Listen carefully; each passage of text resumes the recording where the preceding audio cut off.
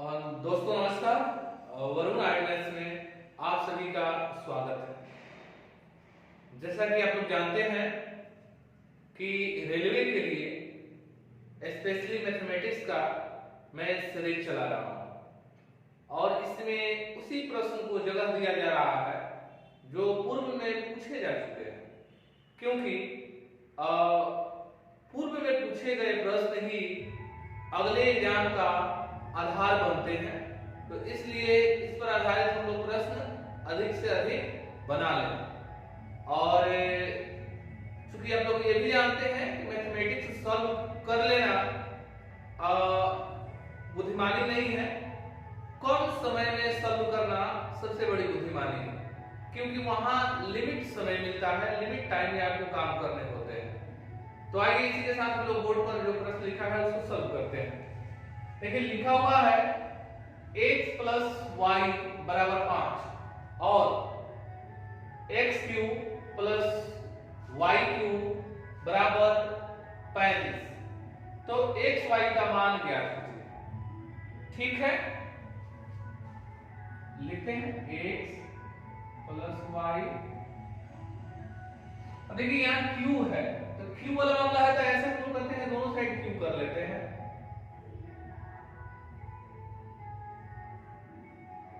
हो गया, तो ये तो बन गया ना a प्लस बी के द होल क्यूब। तो उसी सूत्र को पुट अप कर लेंगे तो काम हमारा हो जाएगा। तो चलिए लिखते हैं a प्लस बी के द होल क्यूब बराबर a cube plus b cube plus 3ab into a plus b। यही होता है a cube a plus b के होल क्यूब बराबर।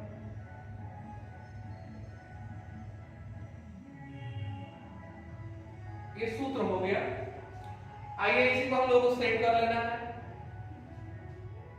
अच्छा देखिए जी a प्लस b के होल क्यूब, तो इसका a cube plus b cube का मान दिया है 35।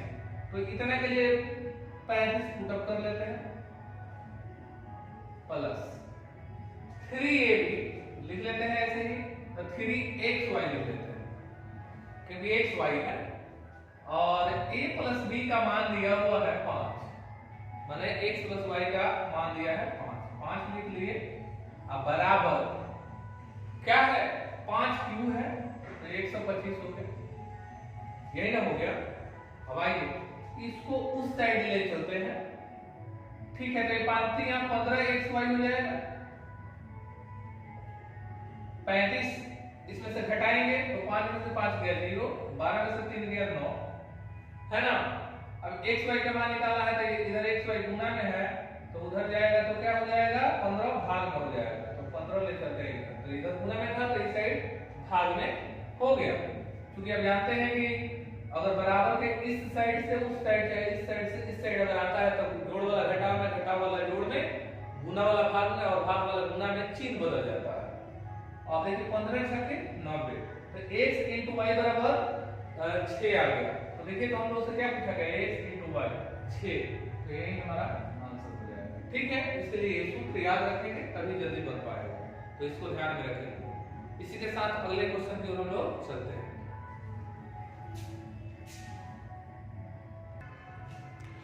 चलिए बच्चों दूसरा प्रश्न आ गया यहाँ। देखिए लिखा हुआ है कि एक आदमी की उम्र 42 वर्ष है और उसके पुत्र की 12 वर्ष है। उस समय के कितने वर्ष बाद लड़के की उम्र अपने पिता की उम्र की आधी हो जाएगी? देखिए ये प्रश्न जो है आयु चैप्टर से लिया गया है। आयु चैप्टर से ये रिलेटेड प्रश्न है। कह रहा है कि कितने वर्ष के बाद पिता की आयु जो है वो दुगनी रहेगी पुत्र की, या ऐसे कहिए कि पुत्र की उम्र पिता की आधी रह जाएगी कितने वर्ष बाद। तो उसका वर्तमान आयु दिया हुआ है तो लिख लेते हैं एक जगह पिता, एक जगह लिखते हैं पुत्र। ये 42 वर्ष है और वो 12 वर्ष। कह रहे कितने वर्ष बाद, मतलब क्या है कि ये आधी हो जाएगी पिता की, नहीं तो ऐसे समझिएगा कि पिताजी का उम्र पुत्र के उम्र का दुगना हो गया, ऐसे भी समझा जा सकता है। तो आइए देख लेते हैं। तो इसके लिए ज्यादा दिमाग हम लोग को खर्च नहीं करना है, क्योंकि आप लोग तो ये जान रहे हैं कि 4 ऑप्शन दिया गया है, तो इसमें से तो कोई ना कोई आंसर है ही। तो चलिए हम लोग इधर से चलना शुरू कर रहे हैं, ऑप्शन वाइज।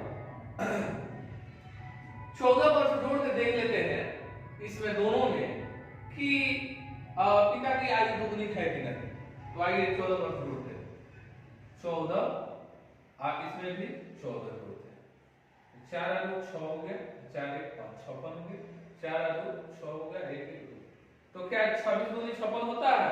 तो ना, नहीं, 26 दूनी तो 52 होता है, तो ये नहीं हो सकता है। तो चलिए ठीक है, तो फिर हम लोग अगला ऑप्शन ट्राई करेंगे, 18 जोड़ेंगे। 18 जोड़ रहे हैं,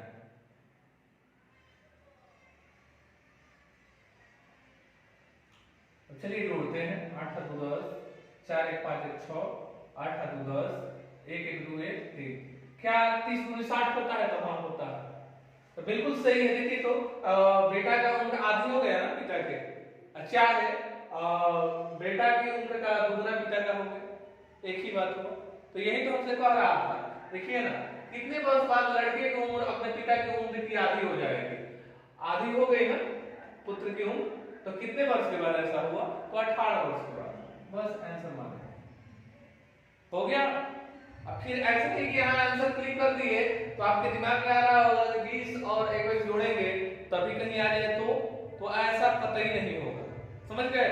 चाहे जोड़कर आप लोग देख लीजिएगा। चलिए ठीक है, अगला क्वेश्चन की ओर हम लोग बढ़ रहे हैं।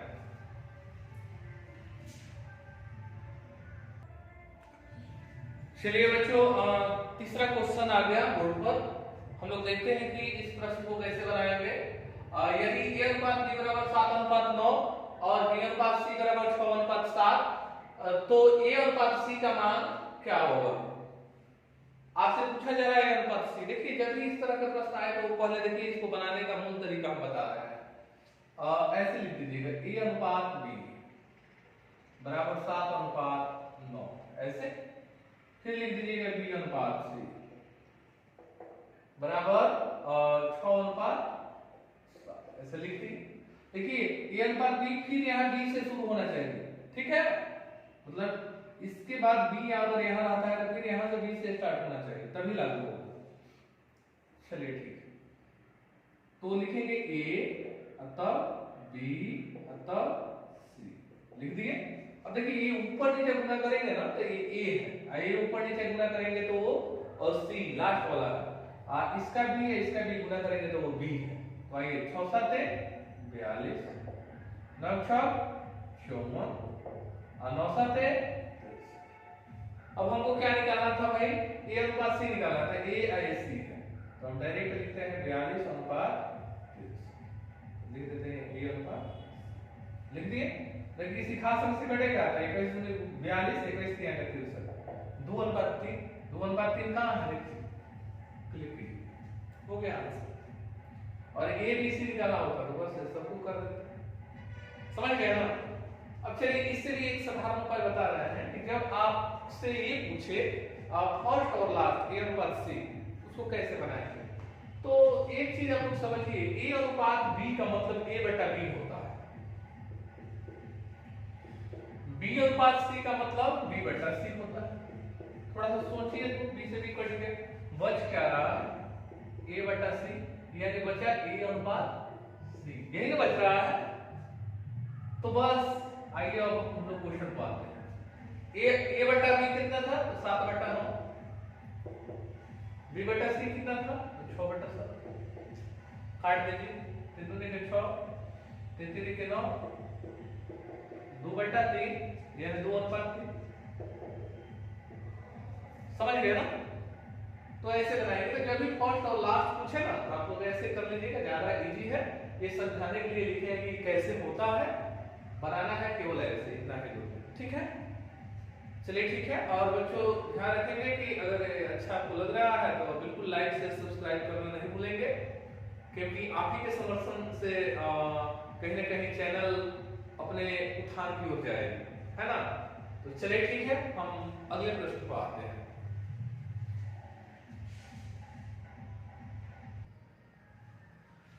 चलिए बच्चों, अगला क्वेश्चन आ गया बोर्ड पर, देखते हैं। लिखा है कि समान क्षमता के 15 पंप किसी टंकी को 7 दिनों में भरते हैं। ठीक है, टंकी को कितने दिन में भर रहे हैं जी? 7 दिन में भर रहे हैं। तो 5 दिनों में भरने के लिए और कितने पंप की आवश्यकता पड़ेगी? देखिए ये प्रश्न जो है और आपका टाइम एंड वर्क से संबंधित है। टाइम एंड वर्क और पाइप एंड सिस्टम, ठीक है, एक ही लेवल के चैप्टर है, क्योंकि कंसेप्ट सब में समान लगता है। ठीक है, यहाँ पंप की बात हो रही है तो उससे कोई बात नहीं है। जब भी इस तरह के प्रश्न आए तो हम लोग क्या करेंगे, एक कंसेप्ट पर ध्यान देंगे। M1 इंटू D1 बराबर M2 इंटू D2, जहां M1 बराबर पहला आदमी, D1 बराबर दिन, M2 बराबर सेकेंड आदमी और D2 बराबर सेकेंड दिन होगा। ठीक है, यहाँ आदमी नहीं है लेकिन पंप है, तो ठीक है। 15 पंप किसी टंकी को 7 दिन में भरते हैं। 15 7 दिन में भरते हैं बराबर। तो कह रहा है तो 5 दिनों में भरने के लिए और कितने पंप की आवश्यकता होगी? 5 दिन में भरना है तो 15 का तो पंप काम करेगा ही। अब प्लस मान लेते हैं x पंप की आवश्यकता पड़ रही है, तो 15 प्लस x लिख देते हैं। कितना दिन में भरना है? 5 दिन में। तो फिर D2 होंगे 5, हो गया ना। अब काट दीजिए, 5 एकम 5 और 5 3 15, तो 70 का 21 हुआ ना। 15 प्लस x, 15 इधर आएगा तो घट जाएगा, तो कितना हो जाएगा? 11 में से 5 गया 6, यानी x का मान हो जाएगा 6। यानी कितने पंप की आवश्यकता होगी? 6 पंप की आवश्यकता होगी। मारेंगे आंसर। अब देखिए यहाँ बच्चों से क्या गलती होती है, आप लोगों से थोड़ा सा ध्यान दीजिएगा। हम इसको ऐसे भी लिख सकते थे ना, 15 गुने 7 बराबर, और यहाँ लिख देते हैं कितने आदमी की आवश्यकता पड़ेगी, तो आदमी को M भी रहने देते हैं, M2 रहने देते हैं, और 5 दिन में काम को करना है ना। तो 5 3 15 7 का 21, यानी M2 बराबर कितना हो गया? 21 हो गया ना। तो जो ये 21 आया है, ये क्या है? कुल आदमी की संख्या। M2 मतलब कुल पंप की संख्या, M2 क्या है? कुल पंपों की संख्या है। और आपसे प्रश्न पूछा है कि और कितने पंप की आवश्यकता पड़ेगी, और कितने पंप की, यानी तो पहले से पंप 15 को कार्यरत था ना, तो 15 को इसमें से घटाइए तो 6 आएगा, तब 6 आंसर मानेंगे। नहीं तो थोड़ा सा वैसा नहीं सोचिएगा ना, तो 21 भी यहाँ दिया हुआ है, समझ गए ना। देखिए ये ऑप्शन इतने मनोवैज्ञानिक तरीके से दिए जाते हैं कि बच्चे सही जानते हुए भी कंफ्यूज हो जाते हैं। तो इन सारी छोटी छोटी बातों पर अगर ध्यान हम नहीं देते हैं तो कभी कभी ऐसा होगा कि हम सही क्वेश्चन बनाकर फिर आंसर मारने में हम लोग गलती करते हैं। तो हम लोग को ऐसा नहीं करना है, अलर्ट रहना है। चलिए ठीक है, नेक्स्ट क्वेश्चन की ओर हम लोग बढ़ते हैं।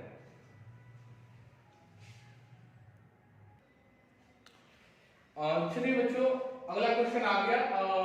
क्वेश्चन नंबर 5 है कि एक साधारण तथा दूसरा एक्सप्रेस रेलगाड़ी 29 किलोमीटर प्रति घंटा तथा 65 किलोमीटर प्रति घंटा की चाल से समान दिशा में चल रही है। समान मतलब एक ही दिशा में चल रही है। एक चालक सूचना देता है कि एक्सप्रेस रेलगाड़ी को 16 सेकंड में पार कर जाएगी, तो एक्सप्रेस रेलगाड़ी की लंबाई क्या है? ठीक है, और थोड़ी देर के लिए मान लीजिए कि ये हो गया 56, ये हो गया 57, ठीक है। यहां से एक साधारण रेलगाड़ी चल रही है, उसकी चाल कितना है जी? 29 किलोमीटर प्रति घंटा। इसी दिशा में चल रही है कि एक्सप्रेस रेलगाड़ी है 65 किलोमीटर प्रति घंटा। तो चूंकि आप लोग इस बात को सोचिए कि अगर सेम टाइम में चले तो ये गाड़ी कहीं ना कहीं इससे तो आगे निकलेगी, क्योंकि इसका स्पीड ज्यादा है। तो हमेशा एक बात का हमेशा ध्यान रखना है कि जिस दिशा में ये ट्रेन जा रही है उसी दिशा में ये ट्रेन जा रही है। तो इसमें 29 के 1 किलोमीटर प्रति घंटा के हिसाब से जा रही है, 65 के हिसाब से जा रही है। तो समान दिशा में जाने पर चाल को हम लोग घटा लेते हैं, तो इसका अंतर कितना रहेगा? 15 में से 9 गया 6 और 5 में से 2 गया 3, 36 किलोमीटर प्रति घंटा। यानी ये 36 किलोमीटर प्रति घंटा हर एक घंटा में आगे रहेगी इतना। तो साधारण कंसेप्ट याद रखेंगे कि जब भी ट्रेन समान दिशा में चलती है तो चाल को हम लोग घटा लेते हैं और विपरीत दिशा में चलती है तो चाल को हम लोग जोड़ देते हैं। ठीक है, अगर मान लेते हैं थोड़ी देर के लिए इधर से ट्रेन आ रही है 20 किलोमीटर प्रति घंटा के चाल से, इधर से ट्रेन आ रही है 80 किलोमीटर प्रति घंटा की चाल से, तो ये एक दूसरे को जब क्रॉस करती है तो 80 और 20 100 किलोमीटर प्रति घंटा के हिसाब से क्रॉस करती है। इसको आप लोग एक उदाहरण देते हैं, जैसे आप बाइक चलाते हैं तो बाइक चलाते हैं तो मान लेते हैं कि आप 50 किलोमीटर प्रति घंटा के हिसाब से चला रहे हैं।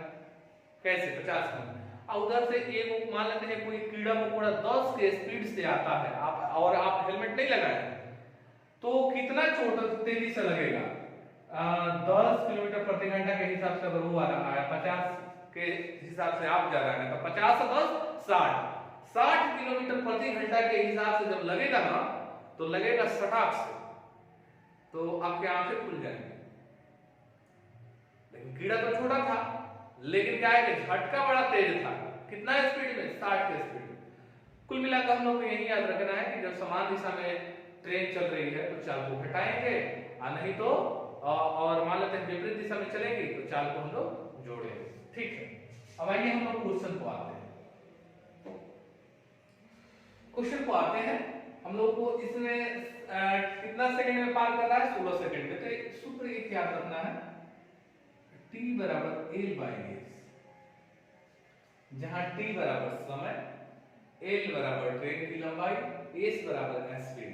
ठीक है, t कितना सेकंड में पार कर रहा है? 16 सेकंड में। 16 बराबर ट्रेन की तो लंबाई ही तो हमको निकालना है, तो l। स्पीड समान दिशा में है तो क्या करेंगे? घटा लेंगे, तो 65 में से 29 घटेगा तो कितना आएगा बाबू? 36 किलोमीटर प्रति घंटा। ध्यान रखेंगे इस सेकंड में है, 1 किलोमीटर प्रति घंटा में है, तो इसको सेकंड में बदलने के लिए 5/18 से गुणा करेंगे। 5/18 से गुणा करेंगे। ठीक है, कंसेप्ट याद रखेंगे कि किलोमीटर प्रति घंटा को मीटर प्रति सेकंड में बदलने के लिए 5/18 से गुना कर देते हैं और मीटर प्रति सेकंड को किलोमीटर प्रति घंटा में बदलने के लिए 18/5 से गुना करते हैं। ठीक है, तो एरिया मीटर प्रति सेकंड में हो गया। अब इसको काट दीजिए ना, 18 × 36, ये 2 × 5 = 10 हो गया।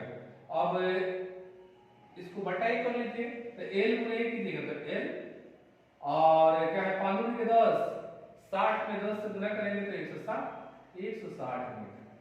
160 मीटर आपका आंसर है। और किसी के दिमाग में भी हो सकता है कि ये एक्सप्रेस गाड़ी का लंबाई आया है कि साधारण जो गाड़ी थी उसकी लंबाई आया है। तो देखिए इस दशा में केवल आप एक्सप्रेस का ही निकाल सकते हैं, साधारण जो गाड़ी थी उसका लंबाई आप नहीं निकाल पाएंगे। ठीक है, क्वेश्चन में भी आपसे यही हमेशा पूछेगा। तो एक्सप्रेस रेलगाड़ी की लंबाई क्या है? तो एक्सप्रेस रेलगाड़ी की लंबाई 160 मीटर है। देखिए 160 मीटर आंसर। चलिए ठीक है, इसी के साथ क्लास यही संपन्न होती है। तब तक आप लोग लाइक शेयर सब्सक्राइब करते रहें, अपने दोस्तों को शेयर करें। ठीक है, अच्छा लगे तो कमेंट बॉक्स में भी लिखें ताकि हमको भी पढ़कर अच्छा लगेगा। चलिए धन्यवाद।